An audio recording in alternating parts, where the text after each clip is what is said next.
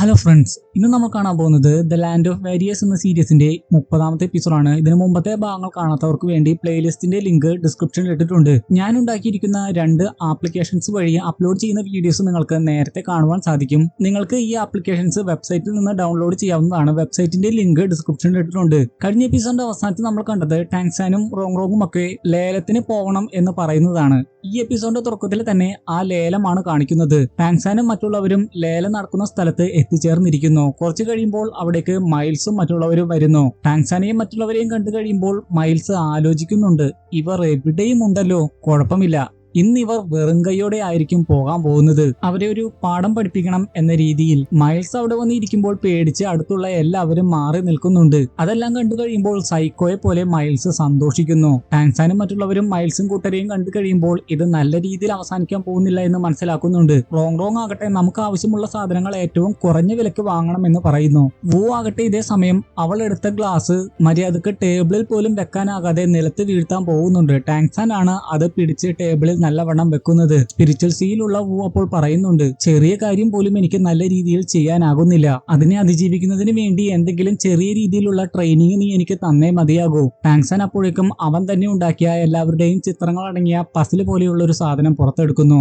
ആ വൂവിന്റെ ബ്രെയിനെ ട്രെയിൻ ചെയ്യിപ്പിക്കുന്നതിന് വേണ്ടിയായിരുന്നു ടാങ്സാൻ സ്വയം അത് ഉണ്ടാക്കിയെടുത്തത്. അത് ഉണ്ടാക്കിയ കാര്യങ്ങളൊക്കെ അവൻ ഓർക്കുന്നുണ്ട്. സ്പിരിച്വൽ സീലുള്ള വൂവിനെയാണ് അത് ആദ്യം കാണിക്കുന്നത്. തുടക്കത്തിലെ ഇത് നല്ലതായിരിക്കുമെന്ന് അവളും അഭിപ്രായപ്പെട്ടു. ടാങ്സൻ അതിന്റെ റൂൾസ് ഒക്കെ അവളോട് പറഞ്ഞു കൊടുക്കുന്നുണ്ട്. എന്നാൽ പുറത്തുള്ള പൂവിന് അത് കുരങ്ങിന്റെ കയ്യിൽ പൂമാല കിട്ടിയതുപോലെ ആയിരുന്നു. അവിടെ ഇവിടെയൊക്കെ ആയിട്ട് തൊട്ടു നോക്കി അവൾ അത് നിലത്തിടാൻ ശ്രമിക്കുന്നു. ടാങ്സാൻ ആണ് അത് തടയുന്നത്. അപ്പോഴേക്കും ലുവോഗാവോയുടെ മറ്റൊരു ശിഷ്യൻ അങ്ങോട്ട് വന്ന് ലേലം തുടങ്ങാൻ പോവുകയാണ് എന്ന് പ്രഖ്യാപിക്കുന്നു. അയാളാണ് ഈ ലേലം മാനേജ് ചെയ്യുന്നത്. ലേലവുമായി ബന്ധപ്പെട്ട എല്ലാ കാര്യങ്ങളും അയാൾ പറയുന്നുണ്ട്. എല്ലാവരുടെയും കയ്യിൽ പ്ലക്കാർഡ് പോലെ ഒരു സംഭവമുണ്ട്. ലേലം വിളിക്കുന്ന സമയത്ത് അത് പൊക്കിക്കാട്ടിയാൽ മതി. കോണ്ടിനെന്റിലുള്ള വലിയ വലിയ കുടുംബങ്ങളുടെ പേഴ്സണൽ ആയിട്ടുള്ള അസറ്റ്സ് ആണ് ലേലത്തിൽ വെച്ചിരിക്കുന്നത്. ബ്ലാക്ക് സ്മിത്ത് ഗിൽഡിലുള്ളവർ തന്നെ അതിന്റെ വാല്യൂ ഉറപ്പുവരുത്തിയതാണ്. അതായത് വ്യാജനല്ല എന്ന് ഉറപ്പുവരുത്തിയതാണ് എന്ന്. ശേഷം ഉടനെ തന്നെ ലേലം ആരംഭിക്കുന്നു. ബ്ലാക്ക് അയൺ എന്ന് പേരുള്ള റെയർ ആയിട്ടുള്ള വസ്തുവാണ് ആദ്യമേ ലേലത്തിന് വരുന്നത്. അത് കണ്ട് അവിടെ ഉണ്ടായിരുന്ന എല്ലാവർക്കും ഇഷ്ടമാകുന്നുണ്ട്. ലേലം നടക്കുന്ന ആ സ്ഥലം ആളുകളെ കൊണ്ട് നിറഞ്ഞിരുന്നു.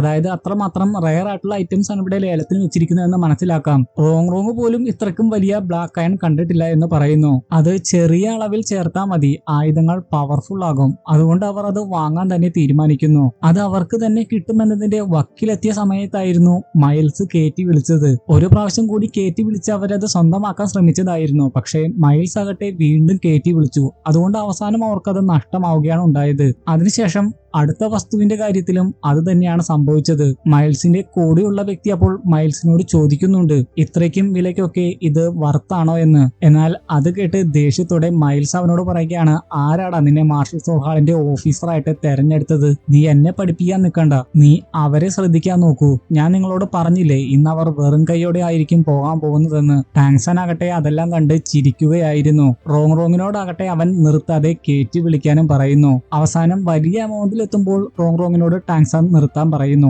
എല്ലാം മൈൽസിന് തന്നെയാണ് കിട്ടുന്നതെങ്കിലും വലിയ വില കൊടുത്താണ് മൈൽസിനെ കൊണ്ട് അതെല്ലാം വാങ്ങിപ്പിക്കുന്നത്. കുറച്ചു കഴിയുമ്പോൾ റോങ്ങിനും മറ്റുള്ളവർക്കും സ്പിരിച്വൽ സീലുള്ള വൂവിനും മനസ്സിലാകുന്നുണ്ട് എന്താണ് ടാങ്സാന്റെ പ്ലാൻ എന്ന്. അവർക്ക് വേണ്ട റെയർ ആയിട്ടുള്ള മെറ്റീരിയൽസ് മൈൽസിനെ കൊണ്ട് വലിയ വില കൊടുത്ത് അവർ വാങ്ങിപ്പിക്കുകയായിരുന്നു. വേണ്ടാത്ത മെറ്റീരിയൽസ് വരുന്ന സമയത്താകട്ടെ അവർ വിളിക്കുക പോലും ചെയ്തില്ല.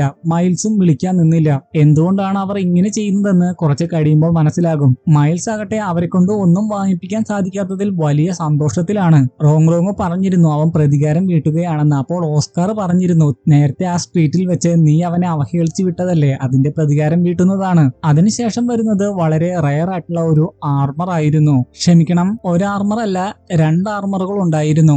ലേലം നടത്തുന്ന വ്യക്തി അതിനെക്കുറിച്ച് പുകഴ്ത്തി സംസാരിക്കുന്നു. എന്റെ മാസ്റ്റർ ആയിട്ടുള്ള ലുവോഗാവോയാണ് ഇത് ഉണ്ടാക്കിയത്.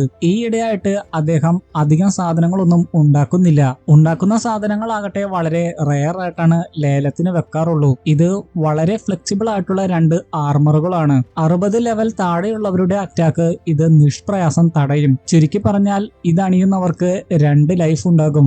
ആളുകൾ അതിനെ മാജിക്കൽ ഐറ്റം, ലെജൻഡറി ഐറ്റം എന്നൊക്കെയാണ് വിശേഷിപ്പിക്കുന്നത്. ലുവോഗാവോയുടെ ശിഷ്യൻ ടാങ്സാനോട് പറയുന്നുണ്ട്, സോൾ ബീസ്റ്റുകളുടെ ശക്തി പ്രയോഗിക്കുന്നവർക്ക് പോലും അതിനനുസരിച്ച് ഇത് ശരിക്കും വലിഞ്ഞോളും. ഡിഫൻസ് ആണെങ്കിൽ അതേപോലെ തന്നെ ഉണ്ടാവുകയും ചെയ്യും. 8 വ്യത്യസ്ത മെറ്റലുകൾ ചേർത്താണ് ഇത് ഉണ്ടാക്കിയിരിക്കുന്നത്. അതെല്ലാം കേട്ട് ടാങ്സാൻ പറയുകയാണ്, ലുവോഗോയ്ക്ക് മാത്രമേ ഇത് ഉണ്ടാക്കാൻ സാധിക്കുകയുള്ളൂ. ജീവിതകാലം മുഴുവനും കിളഞ്ഞു പരിശ്രമിച്ചാൽ പോലും എനിക്കൊന്നും ഉണ്ടാക്കാൻ സാധിക്കില്ല. അതിന്റെ വിശേഷണങ്ങളൊക്കെ കേട്ട് കഴിയുമ്പോൾ മൈൽസിന് അത് വാങ്ങാൻ അതിയായ ആഗ്രഹം തോന്നുന്നു. ഒരെണ്ണം അവന് വേണ്ടിയും മറ്റൊന്ന് ബിബി ഡോങ്ങിന് സമ്മാനമായിട്ടും കൊടുക്കാൻ അവൻ തീരുമാനിക്കുന്നു. 2 ലക്ഷം ഗോൾഡ് സോൾ കോയിൻ ആയിരുന്നു അതിന്റെ സ്റ്റാർട്ടിംഗ് പ്രൈസ്. എല്ലാത്തിനേക്കാളും വില കൂടിയതും അത് തന്നെയായിരുന്നു.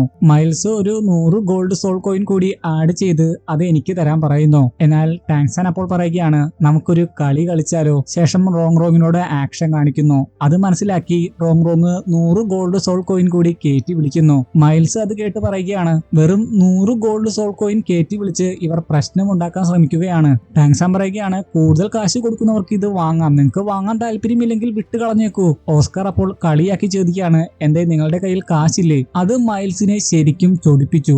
അയാൾ പെട്ടെന്ന് തന്നെ 3 ലക്ഷം ഗോൾഡ് സോൾ കോയിൻ അത് വാങ്ങാൻ തയ്യാറാകുന്നു. അത് കേട്ട് ലേലം മാനേജ് ചെയ്യുന്ന ലുവോഗാവയുടെ ശിഷ്യൻ ശരിക്കും ഞെട്ടുന്നുണ്ട്. അവന്റെ മുഖത്തെ പരിഭ്രമം ശരിക്കും കാണാൻ സാധിക്കും. മൈൽസിന്റെ കൂടെയുള്ള വ്യക്തിയും പറയുന്നുണ്ട്, നമ്മുടെ കയ്യിൽ അത്രയും ബഡ്ജറ്റ് ഇല്ലല്ലോ എന്ന്. മൈൽസ് അപ്പോൾ പറയുകയാണ്, മാർഷൽ സോൾ ഹാളിൽ നിന്ന് അത്രയും എമൗണ്ട് ആരെങ്കിലും വാങ്ങാനുണ്ടെങ്കിൽ അവൻ ജീവനോടെ ഇരിക്കുമെന്ന് നിനക്ക് തോന്നുന്നുണ്ടോ? അതുകൊണ്ട് തന്നെയായിരുന്നു ലേലം നടത്തുന്ന ആൾ പരിഭ്രമിച്ചത്. ടാങ്സനും കൂട്ടരുമാകട്ടെ കയറ്റി വിളിക്കാൻ നിന്നില്ല. അവസാനം മൈൽസിന് തന്നെ അത് കിട്ടുന്നു. എന്നാൽ അത് കൈമാറുന്ന സമയത്ത് പേയ്മെന്റിന്റെ കാര്യം വരുമ്പോൾ മൈൽസ് അത് പിന്നീട് കൊടുത്തു വിടാമെന്നാണ് പറയുന്നത്. ലേലം മാനേജ് ചെയ്യുന്ന വ്യക്തി അതിന് തയ്യാറാകാതിരുന്നപ്പോൾ മൈൽസ് ഇങ്ങനെ പറഞ്ഞിരുന്നു, മാർഷൽ സോൾ ഹാള് വാക്ക് പറഞ്ഞാൽ വാക്കാണ്. എന്നിട്ടും അതിന് വഴങ്ങാതിരിക്കുമ്പോൾ മൈൽസ് അയാളെ അറ്റാക്ക് പോലും ചെയ്യുന്നു. അങ്ങോട്ട് വന്ന ടാങ്സാൻ ആയിരുന്നു തെറിച്ചു പോയ അവനെ താങ്ങി നിർത്തിയത്.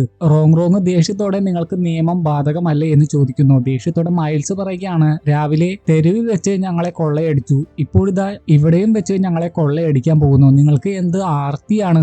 എന്തിനാണ് എല്ലാ സ്ഥലത്തും നിങ്ങൾ എന്നെ വിടാതെ പിന്തുടരുന്നത്? ഇത് മാർഷൽ സോൾ ഹാളിന് വേണ്ടി വാങ്ങിയ സാധനങ്ങളാണ്. ഇനി ഇത് മാർഷൽ സോൾ ഹാളിന്റെ പ്രോപ്പർട്ടി ആയിരിക്കും. ഇവർക്ക് കൊടുക്കാനുള്ള പണം തീർച്ചയായും ഞങ്ങൾ കൊടുക്കും. വിശ്വാസമില്ലെങ്കിൽ ബില്ലുമായിട്ട് ഇവർക്ക് മാർഷൽ സോൾ ഹാളിലേക്ക് വന്നാൽ മതി. അതും പറഞ്ഞുകൊണ്ട് മൈൽസും കൂട്ടരും അവിടുന്ന് പോകുന്നു. ഓസ്കാർ ദേഷ്യത്തോടെ ആക്രമിക്കാൻ ഒരുങ്ങുന്നുണ്ട്. ടാങ്സാൻ ആണ് തടയുന്നത്. ഇത് ലേലം നടക്കുന്ന സ്ഥലമാണ്, ഇവിടെ വെച്ചൊന്നും ചെയ്യണ്ട. ഓസ്കാർ അപ്പോൾ രാത്രിക്ക് വേണ്ട എല്ലാ കാര്യങ്ങളും റെഡി ആയിട്ടുണ്ട് എന്ന് പറയുന്നു. പിന്നീട് അവർ ഇക്കാര്യം ടൈറ്റനോടും ലുവോഗാവോയോടും വന്ന് പറയുന്നതായിട്ട് കാണിക്കുന്നു. ടൈറ്റൻ ഇത് കേട്ട് കഴിയുമ്പോൾ തന്നെ ദേഷ്യത്തോടെ അവരെ കൊല്ലാൻ പോവുകയാണ് എന്ന് പറയുന്നു. ലുവോഗാവോ അവനെ തടഞ്ഞുകൊണ്ട് പറയുകയാണ്, നീ സ്ട്രോങ് ആണ്, നിനക്ക് അവരെ കൊല്ലാൻ സാധിക്കും. പക്ഷേ എന്നേക്കും നിനക്ക് ഇവരുടെ കൂടെ ആയിരിക്കാൻ സാധിക്കുമോ? നീ ഇവരുടെ കൂടെ എന്നേക്കും ഉണ്ടെങ്കിൽ തന്നെ മാർഷൽ സോൾ ഹാളുമായിട്ട് താരതമ്യം ചെയ്യുകയാണെങ്കിൽ നിന്റെ ശക്തി ഒന്നുമല്ല. അത് കേട്ട് കഴിയുമ്പോൾ ടൈറ്റൻ ഒന്ന് കാമാകുന്നുണ്ട്. ടാങ്സാൻ ആകട്ടെ ഇങ്ങനെ പറയുന്നു, എൽഡർ, ഇക്കാര്യം ഞങ്ങൾക്ക് വിട്ടേക്കൂ. എന്തായാലും നിങ്ങൾ താങ്ക്ലാൻഡിലേക്ക് ചേരാൻ തയ്യാറായതല്ലേ, ഇത് നിങ്ങൾക്കുള്ള വെൽക്കം ഗിഫ്റ്റ് ആയിട്ട് കരുതിയാൽ മതി.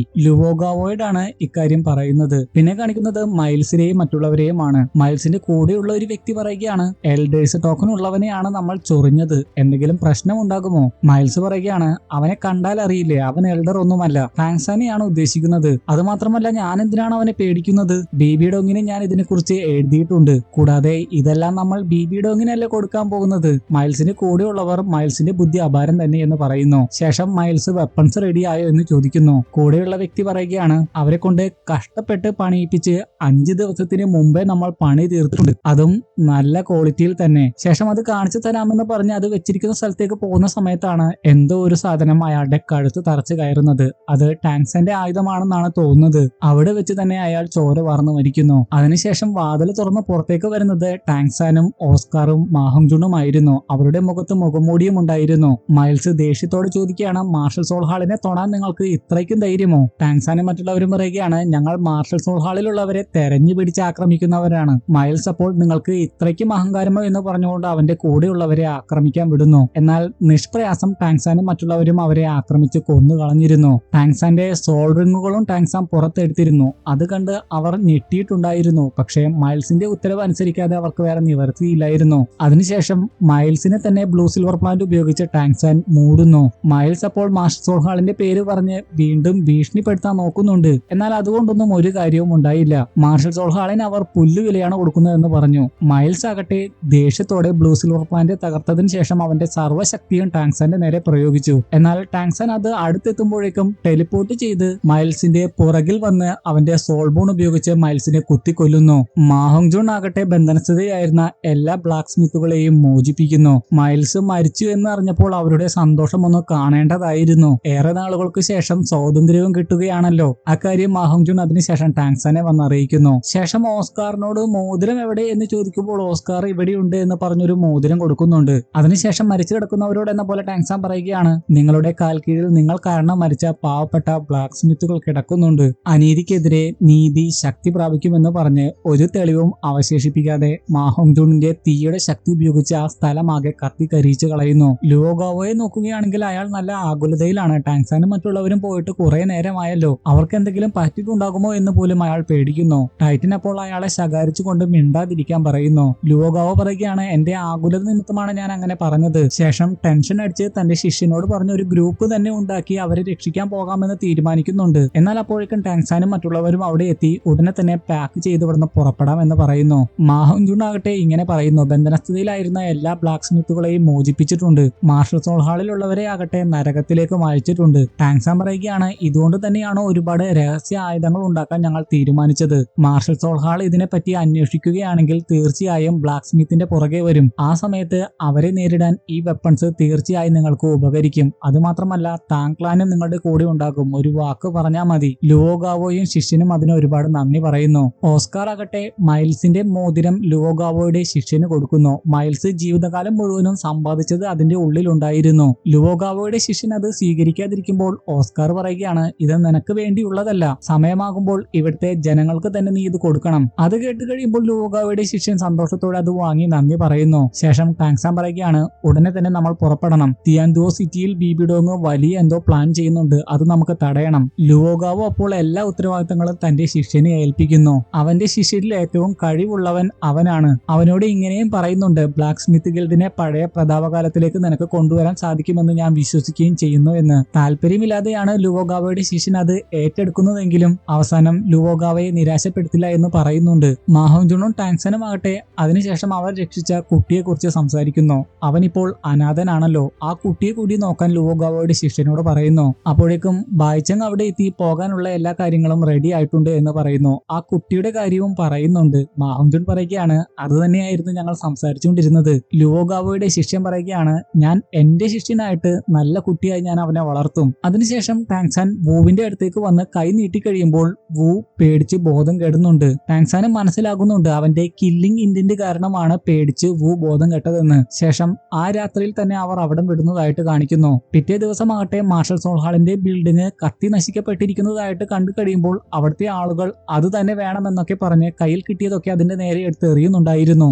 ആ കുട്ടിയാകട്ടെ അവിടെ ഉണ്ടായിരുന്ന ലുവോ ഗാവോയുടെ ശിഷ്യനോട് പറയുകയാണ്, വലുതായി കഴിയുമ്പോൾ എനിക്കും അവരുടെ പോലെ പവർഫുൾ ആകണം. ടാങ്സാനെയും മറ്റുള്ളവരെയുമാണ് ഉദ്ദേശിക്കുന്നത്. ലുവോ ഗാവോയുടെ ശിഷ്യൻ പറയുകയാണ്, അതിന് നീ വലുതാകുമ്പോൾ താങ് ക്ലാനിൽ ചേർന്നാൽ മതി. അങ്ങനെ അനീതിക്കെതിരെ നിനക്ക് പോരാടാനാകും. വൂവിനെ നോക്കുകയാണെങ്കിൽ ഇപ്പോഴും അവൾക്ക് ബോധം വന്നിട്ടില്ല. റോങ് റോങ് എത്രയൊക്കെ വിളിക്കാൻ ശ്രമിച്ചിട്ടും ബോധം വരുന്നില്ല. അപ്പോൾ സ്പിരിച്വൽ സീയിൽ നിന്ന് വൂ ടാങ്സാനോട് പറയുന്നുണ്ട്, അവൾ എന്തൊക്കെ ചെയ്തിട്ടും ഒരു കാര്യവും ഉണ്ടാകാൻ പോകുന്നില്ല. ഉടനെ തന്നെ ടാങ്സാനും സ്പിരിച്വൽ സീയിലേക്ക് പോകുന്നു. അപ്പോൾ കാണുന്നത് അവിടെ ടാങ്സാന്റെ കില്ലിംഗ് ഇന്റന്റ് വൂവിനെ പോലും അറ്റാക്ക് ചെയ്യാൻ ശ്രമിക്കുന്നതാണ്. ടാങ്സാൻ അപ്പോൾ അത് കൈ കൊണ്ട് തടയാൻ ശ്രമിക്കുന്നുണ്ട്. പക്ഷെ അവന് തന്നെയാണ് ആഘാതം ഏൽക്കുന്നത്. അതുകൊണ്ട് വൂ അങ്ങനെ ചെയ്യരുത് എന്ന് പറയുന്നു. ടാങ്സാൻ പറയുകയാണ്, മൂൺ പവലിയൻ വെച്ച് ഞാൻ ഇത് കൺട്രോൾ ചെയ്താണല്ലോ, എന്നിട്ടും വീണ്ടും ഇത് എങ്ങനെയാണ് പ്രത്യക്ഷമായത്? വൂ പറയുകയാണ്, ഞാൻ സ്വയം സാക്രിഫൈസ് ചെയ്ത് നിനക്ക് ജീവൻ തന്ന സമയത്ത് യുദ്ധകാലത്തിൽ വെച്ച് അറിയാതെ കില്ലിംഗ് ഇന്റന്റും റിലീസ് ആയിരുന്നു. ഇത് ഞാൻ നേരത്തെ മനസ്സിലാക്കിയതാണ്. പക്ഷേ ഇതിനെക്കുറിച്ച് അപ്പോൾ പറഞ്ഞെങ്കിലും ഒരു കാര്യവും ഉണ്ടാകില്ലായിരുന്നു. അതിനുശേഷം വൂ പറയുകയാണ്, ഇത് നീ കൺട്രോൾ ചെയ്തില്ലെങ്കിൽ നമുക്ക് രണ്ടുപേർക്കും ഇത് ദോഷകരമായിട്ട് ബാധിക്കും. ഞാൻ ഇവിടെയാണ് വസിക്കുന്നത്. മൂൺ പവലിയനിൽ വെച്ച് എങ്ങനെയാണ് ഈ കില്ലിംഗ് ഇന്റന്റിനെ നീ കൺട്രോൾ ചെയ്തത്? അപ്പോൾ മ്യൂസിക്കൽ ഇൻസ്ട്രുമെന്റ് വായിച്ചിട്ടാണെന്ന് ടാങ്സാൻ പറയുന്നു. ആ മ്യൂസിക്കൽ ഇൻസ്ട്രുമെന്റിനെ പറ്റി കേട്ട് കഴിയുമ്പോൾ തന്നെ വൂ പറയുകയാണ്, അപ്പോൾ നീയാണോ ആ മ്യൂസിക്കൽ ഇൻസ്ട്രുമെന്റ് വായിച്ചത്? സോൾ റിംഗ് കൺവേർഷന്റെ സമയത്ത് ഈ മ്യൂസിക് ഞാൻ കേട്ടിരുന്നു. ഭയപ്പെടുത്തുന്ന സ്വപ്നത്തിൽ എനിക്ക് ആശ്വാസമായത് ഈ മ്യൂസിക് ആയിരുന്നു. ശേഷം അത് വായിക്കാൻ വൂ ആവശ്യപ്പെടുന്നു. ടാങ്സൻ അത് വായിച്ചു കഴിയുമ്പോൾ വീണ്ടും കില്ലിംഗ് ഇന്റന്റിനെ അടക്കാൻ അവന് സാധിക്കുന്നുണ്ട്. വൂ പറയുകയാണ്, ഇത് തന്നെയാണ് സ്വപ്നത്തിൽ ഞാൻ കേട്ടതും. ടാങ്സൻ പറയുകയാണ്, ഇനി ഒരിക്കലും എന്റെ കില്ലിംഗ് ഇന്റന്റ് നിന്നെ വേദനിപ്പിക്കില്ല, അതിന് ഞാൻ അനുവദിക്കില്ല. വൂ പറയുകയാണ്, അതെനിക്കറിയാം, പക്ഷേ നീ എനിക്ക് വേണ്ടി ഈ മ്യൂസിക്കൽ ഇൻസ്ട്രുമെന്റ് ഇടയ്ക്കിടെ വായിച്ചു തരണം. ഇതിന്റെ മ്യൂസിക് എനിക്ക് നന്നായിട്ട് ഇഷ്ടപ്പെട്ടു. കൂടുതലായിട്ട് നീ പഠിക്കുകയും വേണം. ടാങ്സൻ അവന്റെ കില്ലിംഗ് ഇന്റന്റിനെ കൺട്രോൾ ചെയ്തതുകൊണ്ട് തന്നെ യഥാർത്ഥ വു ഉണരുകയും ചെയ്യുന്നു. ടാങ്സൻ അവൾക്ക് ചെരുപ്പൊക്കെ അണിയിക്കാൻ സഹായിക്കുന്നു. അപ്പോൾ വുവിന്റെ എക്സ്പ്രഷൻ കണ്ട് ടാങ്സാനും റോങ്റോങ്ങിനും മനസ്സിലാകുന്നുണ്ട് കുറെ നേരമായിട്ട് അവൾ ഉറങ്ങുകയായിരുന്നില്ല, അവൾക്ക് വിശക്കുന്നുണ്ടാകുമെന്ന്. അപ്പോഴേക്കും നീ എഴുന്നേറ്റോ എന്ന് ചോദിച്ചുകൊണ്ട് മാഹോങ്ജുണും മറ്റുള്ളവരും അങ്ങോട്ട് വരുന്നു. ഭക്ഷണവുമായിട്ടായിരുന്നു മാഹോങ്ജുൺ അങ്ങോട്ട് വന്നത്. അതുകൊണ്ട് തന്നെ വു ഓടി അതിന്റെ അടുത്തേക്ക് വരികയാണ്. ടാങ്സൻ അപ്പോൾ എൽഡേഴ്സും മറ്റുള്ളവരും ഓക്കെ അല്ലേ എന്ന് ഓസ്കാറിനോട് ചോദിക്കുന്നു. ഓസ്കാർ പറയുകയാണ് അവർക്കും ഭക്ഷണം കൊടുത്തിട്ടുണ്ട്, പക്ഷെ അവർ ഭക്ഷണം കഴിക്കാൻ പോലും തയ്യാറാകുന്നില്ല. ബ്ലൂ പ്രിന്റിൽ തന്നെ നോക്കിക്കൊണ്ടിരിക്കുകയാണ്. ആയുധം ഉണ്ടാക്കുന്നതിനെ പറ്റി മാത്രമേ അവർ ചിന്തിക്കുന്നുള്ളൂ. നിന്നെ കാണാൻ ഇങ്ങോട്ട് വരാൻ പോലും തയ്യാറായതാണ്, പക്ഷേ നീ വൂവിന്റെ കൂടെ ആയിരിക്കുമെന്ന് പറഞ്ഞ് ഞാനാണ് അവരെ തടഞ്ഞത്. ടാങ്സാൻ പറയുകയാണ് എല്ലാവരും നല്ലവണ്ണം റെസ്റ്റ് എടുക്കട്ടെ, അതിനുശേഷം വീണ്ടും നമുക്ക് യാത്ര തുടരാം. അപ്പോഴാണ് ലുവോഗാവോ ഉണ്ടാക്കിയ ആർമർ ചെക്ക് ചെയ്തിട്ടില്ല എന്നതിനെ കുറിച്ച് റോങ്റോങ് ഓർമ്മിപ്പിക്കുന്നത്. അത് തൊട്ടു നോക്കുന്ന സമയത്ത് ടാങ്സാൻ പറയുകയാണ് ലുവോഗാവോ ഇത് എങ്ങനെയാണ് ഉണ്ടാക്കിയതെന്ന് ഓർത്ത് എനിക്ക് ശരിക്കും അതിശയം തോന്നുന്നു, കാരണം അത് വളരെ തിന്നായിട്ടുള്ളതായിരുന്നു. മാഹോങ്ജുൺ ആകട്ടെ അത് ശരിക്കും ചുരുട്ടി കൂട്ടിയിട്ട് പറയുകയാണ് ഇതിന് അത്രമാത്രം കഴിവുണ്ടോ, വളരെ ദുർബലമായിട്ടുള്ള ഒരു ആർമർ ആയിട്ടാണല്ലോ എനിക്ക് തോന്നുന്നത്. എന്റെ തീയുടെ ശക്തി ഉപയോഗിച്ച് അതൊന്ന് ടെസ്റ്റ് ചെയ്ത് നോക്കിയാലോ. ടാങ്സൻ അതിന് അനുമതി കൊടുക്കുകയും ചെയ്യുന്നു. എന്നാൽ മാഹോങ്ജുണിന്റെ തീയിനെ പോലും നിഷ്പ്രയാസം അത് തടുത്തിരുന്നു. അവർക്ക് അപ്പോൾ മനസ്സിലാകുന്നു തീർച്ചയായും ഇത് പവർഫുൾ ആയിട്ടുള്ള ഒരു ആർമർ തന്നെയാണ്. 60 ലെവൽ താഴെയുള്ളവരുടെ അറ്റാക്കിനെയൊക്കെ ഇത് നിഷ്പ്രയാസം തടുക്കും. ശേഷം അത് ഏറ്റവും അത്യാവശ്യം റോങ്റോങ്ങിനും ഓസ്കാറിനുമാണെന്ന് പറഞ്ഞ് അവർക്കാണ് ടാങ്സാൻ അത് കൊടുക്കുന്നത്. എന്നാൽ റോങ്റോങ് ആകട്ടെ അത് വൂവിന് കൊടുക്കാൻ ഒരുങ്ങുന്നു. ടാങ്സാൻ അത് തടയാൻ ശ്രമിക്കുന്നുണ്ട്. എന്നാൽ ഓസ്കാർ അവന്റെ ആർമർ റോങ്റോങ്ങിന് കൊടുത്തിട്ട് പറയുകയാണ് അത് വൂവിന്റെ കയ്യിൽ തന്നെ ഇരിക്കട്ടെ. റോങ്റോങ് പ്രൊട്ടക്റ്റഡ് ആണെങ്കിൽ ഞാൻ പ്രൊട്ടക്റ്റഡ് ആയതുപോലെയാണ്. മാത്രമല്ല ലുവോഗാവോ താങ്ക്ലാനിൽ ചേർന്നില്ലേ, ഇനി എനിക്ക് ഒരു നാണവും ഇല്ലാതെ ഇതേപോലത്തെ മറ്റൊരെണ്ണം കൂടി ഉണ്ടാക്കി തരാൻ ആവശ്യപ്പെടാമല്ലോ. മാഹോങ്ജുണിന് വേണ്ടിയും ഒരെണ്ണം ഉണ്ടാക്കി തരാൻ ആവശ്യപ്പെടാം. അതിനുശേഷം ലുവോഗാവോയെയും ടൈറ്റനെയും കാണിക്കുന്നുണ്ട്. ഇപ്പോഴും അവർ ബ്ലൂ പ്രിന്റ് തന്നെ നോക്കിക്കൊണ്ടിരിക്കുകയാണ്. ചില കാര്യങ്ങൾ അവർക്ക് മനസ്സിലാകുന്നില്ല എന്ന് തോന്നുന്നു. പിന്നെ ഗംഗ്ഷിൻ സിറ്റിയിലെ മാർഷൽ സോൾ ഹാളിന്റെ ടീമിന് പറ്റിയ ദുരന്തത്തെ കുറിച്ച് ഷിയു ഹുലീനയെ വന്ന് അറിയിക്കുന്നതായിട്ട് കാണിക്കുന്നു. അത് കേട്ട് ദേഷ്യത്തോടെ ഹുലീന ഇത് ആരാണ് ചെയ്തതെന്ന് ചോദിക്കുന്നു. ഷിയു പറയുകയാണ് ആരാണ് ചെയ്തതെന്ന് ഇതുവരെയും മനസ്സിലായിട്ടില്ല, പക്ഷേ കുറച്ചുനാൾ മുമ്പ് മൈൽസ് ബിബി ഡോങ്ങിന് ഒരു സന്ദേശം അയച്ചിരുന്നു. എൽഡേഴ്സ് ടോക്കനുമായിട്ട് ഒരു വ്യക്തി അവിടെ പ്രത്യക്ഷപ്പെട്ടു എന്ന് പറഞ്ഞുകൊണ്ട്. ആദ്യം അത് യൂഷി ആയിരിക്കുമോ എന്ന് അവർ സംശയിക്കുന്നുണ്ട്. എന്നാൽ യൂഷിയെ നിരീക്ഷിക്കാൻ കുറെ ആളുകളെ വിട്ടിരുന്നു. യൂഷി സിറ്റി വിട്ടു പോയിട്ടില്ലെന്ന് അവർക്ക് നല്ലവണ്ണം അറിയാം. അതുകൊണ്ട് അവസാനം അത് ടാങ്സാൻ ആയിരിക്കുമെന്ന് അവർ ഉറപ്പിക്കുന്നു. യാൻ ദേഷ്യത്തോടെ ഇത് ചെയ്ത അവനെ കൊല്ലണം എന്ന് പറയുന്നു. എന്നാൽ ഹുലീനയാകട്ടെ എടുത്തുചാടി ഒന്നും പ്രവർത്തിക്കേണ്ട, അതിനെക്കുറിച്ച് നല്ലവണ്ണം അന്വേഷിക്കാനാണ് ഷിയുവിനോട് പറയുന്നത്. കുറച്ചുപേരെ മാത്രമാണ് അത് അന്വേഷിക്കാൻ വേണ്ടി വിടുന്നത്. ബാക്കിയുള്ളവരെ ഫോർമേഷൻ ഉണ്ടാക്കി അവിടെ തന്നെ നിർത്താൻ ആവശ്യപ്പെടുന്നു. അത് കേട്ട് ദേഷ്യത്തോടെ യാൻ പറയുകയാണ് ഇപ്പോഴും നിന്റെ ഇമോഷൻസ് ആണോ നിന്നെ നയിക്കുന്നത്. ദേഷ്യത്തോടെ ഹുലീന പറയുകയാണ് തീർച്ചയായും അവർക്ക് വേണ്ടി നമ്മൾ പ്രതികാരം ചെയ്യും, പക്ഷേ ഇത് അതിന് പറ്റിയ സമയമല്ല. ബേബി ഡോഗ് കൾട്ടിവേഷന്റെ ഒരു പ്രധാനപ്പെട്ട ഫേസിലേക്ക് കടന്നിരിക്കുകയാണ്. എല്ലാ ഉത്തരവാദിത്വവും എന്നെയാണ് ഏൽപ്പിച്ചിരിക്കുന്നത്. ഈ സമയത്ത് ഒരു മിസ്റ്റേക്ക് പോലും എന്റെ ഭാഗത്തു നിന്ന് വന്നുകൂടാ. തിയാൻഡുവോ സാമ്രാജ്യമാണ് ഇപ്പോ നമ്മുടെ ലക്ഷ്യം, അതുകൊണ്ട് ഇപ്പോ ഇതിനെ മാത്രം ഫോക്കസ് ചെയ്യുക. അത് കേട്ടിട്ടും പ്രതികാര ബുദ്ധിയോടെ ദേഷ്യത്തോടെയായിരുന്നു യാൻ അവിടുന്ന് പോയത്. ഹുലീനയാകട്ടെ ദേഷ്യത്തോടെ ടാങ്സന്റെ പേര് വിളിക്കുന്നു. പിന്നെ ടൈറ്റനും ലുവോഗാവോയും കൂടി ടാങ്സനെ കണ്ട് storm pear blossom needle weapon ഉണ്ടാക്കാനുള്ള മെറ്റീരിയല് തങ്ങൾക്ക് ഫോർജ് ചെയ്യാൻ സാധിക്കില്ല എന്ന് പറയുന്നു. ടാങ്സാൻ പറയുകയാണ് എനിക്കത് അറിയാമായിരുന്നു, നമ്മുടെ ഇപ്പോഴത്തെ കഴിവ് വെച്ച് നമ്മൾക്കത് സാധിക്കില്ല. ലുവോഗാവോ ടൈറ്റനോട് പറയുകയാണ് ഞാൻ പറഞ്ഞില്ലേ ചീഫിന് ഇതിനെ പറ്റി അറിയാമായിരിക്കുമെന്ന്. നമ്മുടെ കഴിവ് കൊണ്ട് ഇത് സാധ്യമാകില്ല. ഇത് ഫോർജ് ചെയ്യണമെങ്കിൽ ഹോത്തിയാൻ സെക്റ്റിലുള്ള ഒരു ഗ്രാൻഡ് സോൾ മാസ്റ്റർ തന്നെ വേണം. ഫോർജിങ്ങിൽ മാത്രം ശ്രദ്ധ കേന്ദ്രീകരിച്ച് സോൾ പവർ വർദ്ധിപ്പിക്കാതിരുന്നത് ഞാനിപ്പോൾ ശരിക്കും ഖേദിക്കുന്നുണ്ട്. താങ്ക്ലാനും ചേർന്നപ്പോൾ മാജിക്കൽ വെപ്പൺസ് ഉണ്ടാക്കാം എന്ന് ഞാൻ ആശ്വസിച്ചതാണ്, പക്ഷേ എനിക്കിപ്പോൾ ഒന്നും തന്നെ ചെയ്യാൻ സാധിക്കുന്നില്ലല്ലോ. ടാങ്സൻ അപ്പോൾ അയാളെ ആശ്വസിപ്പിച്ചുകൊണ്ട് പറയുകയാണ് എനിക്ക് അതിന് പറ്റിയ ഒരാളെ അറിയാം. ഇപ്പൊ നമുക്ക് ആദ്യം നമ്മുടെ സെക്റ്റിലുള്ള കാര്യങ്ങളൊക്കെ സെറ്റിലാക്കാം, അതിനുശേഷം ആ വ്യക്തിയുടെ അടുത്തേക്ക് നിങ്ങളെ ഞാൻ കൊണ്ടുപോകാം. പിന്നെ അടുത്ത ദിവസം അവർ പൊക്കോണ്ടിരിക്കുന്ന സമയത്ത് മുകളിൽ നിന്ന് ഉൽക്ക പോലത്തെ ഒരു ശക്തി അവരുടെ ക്യാരേജിന്റെ മുമ്പിൽ വന്ന് പതിക്കുന്നതായിട്ട് കാണിക്കുന്നു. ടാങ്സാൻ ബൂവിനെ ഉടനെ തന്നെ പ്രൊട്ടക്ട് ചെയ്യാൻ പറയുന്നു. അതിനുശേഷം എല്ലാവരും പുറത്തു വന്ന് ഒളിഞ്ഞിരിക്കാതെ നേരിട്ട് വരാൻ പറയുന്നു. അത് വേറെ ആരുമായിരുന്നില്ല, നേരത്തെ ദേഷ്യത്തോടെ പോയ യാൻ ആയിരുന്നു. ഒരു കൂട്ടം മാർഷൽ സോൾ ഹാളിന്റെ ആളുകളുമായിട്ടായിരുന്നു അവൻ അവിടെ എത്തിയ ഉടനെ തന്നെ ഗംഗ്ഷിൻ സിറ്റിയിൽ നടന്ന സംഭവങ്ങൾക്കെല്ലാം ഉത്തരവാദി നിങ്ങളല്ലേ എന്ന് അവൻ ചോദിക്കുന്നു. ടാങ്സാനും മറ്റുള്ളവരും അപ്പോൾ അവനെ കളിയാക്കുന്ന രീതിയിലൊക്കെയാണ് സംസാരിക്കുന്നത്. അവർ പറയുകയാണ് ആണോ, ഗംഗ്ഷിൻ സിറ്റിയിൽ അങ്ങനെയൊക്കെ സംഭവിച്ചു, ഒരുപക്ഷെ അവർ ചെയ്ത ദുഷ്ടതയുടെ ഫലം അവർക്ക് കിട്ടിയതായിരിക്കും. യാൻ അപ്പോൾ ദേഷ്യത്തോടെ നിങ്ങൾ മരണം ചോദിച്ചു വാങ്ങുകയാണ് എന്ന് പറഞ്ഞ് അവന്റെ എല്ലാ ശക്തിയും അവരുടെ നേരെ പ്രയോഗിക്കുന്നതായി പോകുന്നതായിട്ട് കാണിക്കുന്നു. പിന്നെ അവിടെ എന്താണ് നടന്നതെന്ന് കാണിക്കുന്നില്ല. ഷിയോ ആകട്ടെ യാൻ നമ്മുടെ ഒരു കൂട്ടം സൈന്യവുമായിട്ട് എങ്ങോട്ടോ പോയിരിക്കുന്നു എന്ന കാര്യം ഹുലീനയെ അറിയിക്കുകയും ചെയ്യുന്നു. ഹുലീനയ്ക്ക് മനസ്സിലാകുന്നുണ്ട് അവൻ എങ്ങോട്ടാണ് പോയിട്ടുണ്ടാവുക എന്ന്. വീണ്ടും യാണിനെ നോക്കുകയാണെങ്കിൽ മാർഷൽ സോൾഹാളിലുള്ള എല്ലാവരും മരിച്ചു കിടക്കുകയാണ്. യാണിനെ ആണെങ്കിൽ ചുറ്റികയുമായി വന്ന് ടാങ്സാൻ കൊല്ലാനൊരുങ്ങുന്നു. യാൺ അപ്പോൾ പറയുകയാണ്, ഞാനിപ്പോൾ പരാജയപ്പെട്ടേക്കാം, പക്ഷേ ഭാവിയിൽ മാർഷൽ സോൾഹാൾ നിന്നെ തീർച്ചയായും കഷ്ണം കഷ്ണമാക്കി കൊല്ലും. എന്നാൽ ടാങ്സാൻ അവന്റെ അടുത്തെത്തുമ്പോഴേക്കും ഹുലീനെ അവിടെ എത്തി യാണിനെ രക്ഷിക്കുന്നു. ഹുലീനെ പുറത്തെടുത്ത കില്ലിംഗ് ഇന്റന്റ് മൂലം ടാങ്സാൻ അടക്കം എല്ലാവരും ഒന്ന് നീങ്ങുന്നുണ്ട്. ഹുലീനെ അതിനുശേഷം ടാങ്സാനോട് പറയുകയാണ്, നീ ചെയ്ത എല്ലാത്തിനും നിന്നെ കൊണ്ട് ഞങ്ങൾ ഉത്തരം പറയിപ്പിക്കും, ഇപ്പോഴല്ല പിന്നെ. അതും പറഞ്ഞുകൊണ്ട് യാണിനെയും കൊണ്ട് ഹുലീന അവിടുന്ന് പോകുന്നു. ബെങ്ങിനെയും ദൂഗുബോയെയും നോക്കുകയാണെങ്കിൽ അത് ട്രാപ്പ് ആണെന്ന് അറിഞ്ഞിട്ടും ചക്രവർത്തിയെ രക്ഷിക്കുന്നതിന് വേണ്ടി അവർ കൊട്ടാരത്തിൽ പ്രവേശിക്കാൻ തയ്യാറാകുന്നു. പ്രതീക്ഷിച്ചതുപോലെ തന്നെ കുറച്ച് അംഗരക്ഷകരെയൊക്കെ ആക്രമിച്ച് വീഴ്ത്തി മുന്നോട്ട് പോയി കഴിഞ്ഞപ്പോൾ അവർ ചെന്ന് പെട്ടത് ക്രൗൺ പ്രിൻസിന്റെയും അവന്റെ കൂടെയുള്ള ഗ്രാൻഡ് സോൾ മാസ്റ്ററിന്റെയും അടുത്തേക്കായിരുന്നു. ദൂഗുബോയും ആ ഗ്രാൻഡ് സോൾ മാസ്റ്ററും തമ്മിൽ ഏറ്റുമുട്ടുന്നതായിട്ട് കാണിക്കുന്നു. അവിടെ എന്താണ് നടന്നതെന്ന് കാണിക്കുന്നില്ല. അതിനു മുമ്പേ ക്രൗൺ പ്രിൻസ് ബെങ്ങിനോട് ഇങ്ങനെ പറഞ്ഞിരുന്നു, ട്രാപ്പാണെന്ന് അറിഞ്ഞിട്ടും അതിലേക്ക് തന്നെ വന്ന് നീ വീണല്ലോ. ഫാദറിനോട് നിനക്ക് ഇത്രയും സ്നേഹമുണ്ടായിരുന്നു, പക്ഷേ നിർഭാഗ്യവശാൽ നിന്റെ ഫാദർ ഇതൊന്നും അറിയാൻ പോകുന്നില്ലല്ലോ. ഈ ഒരു ഡയലോഗിന് ശേഷമാണ് ദൂഗുബോയും ഗ്രാൻഡ് സോൾ മാസ്റ്ററും തമ്മിൽ ഫൈറ്റ് നടന്നത്. യാണിനെ നോക്കുകയാണെങ്കിൽ ഹുലീന നല്ലവണ്ണം അവനെ ശകാരിക്കുകയാണ്. ഹുലീന ചോദിക്കുകയാണ്, നിനക്കിപ്പോൾ എങ്ങനെയുണ്ട്? ഷിയുവിന്റെ ചികിത്സ മൂലം എനിക്കിപ്പോൾ കുഴപ്പമില്ല.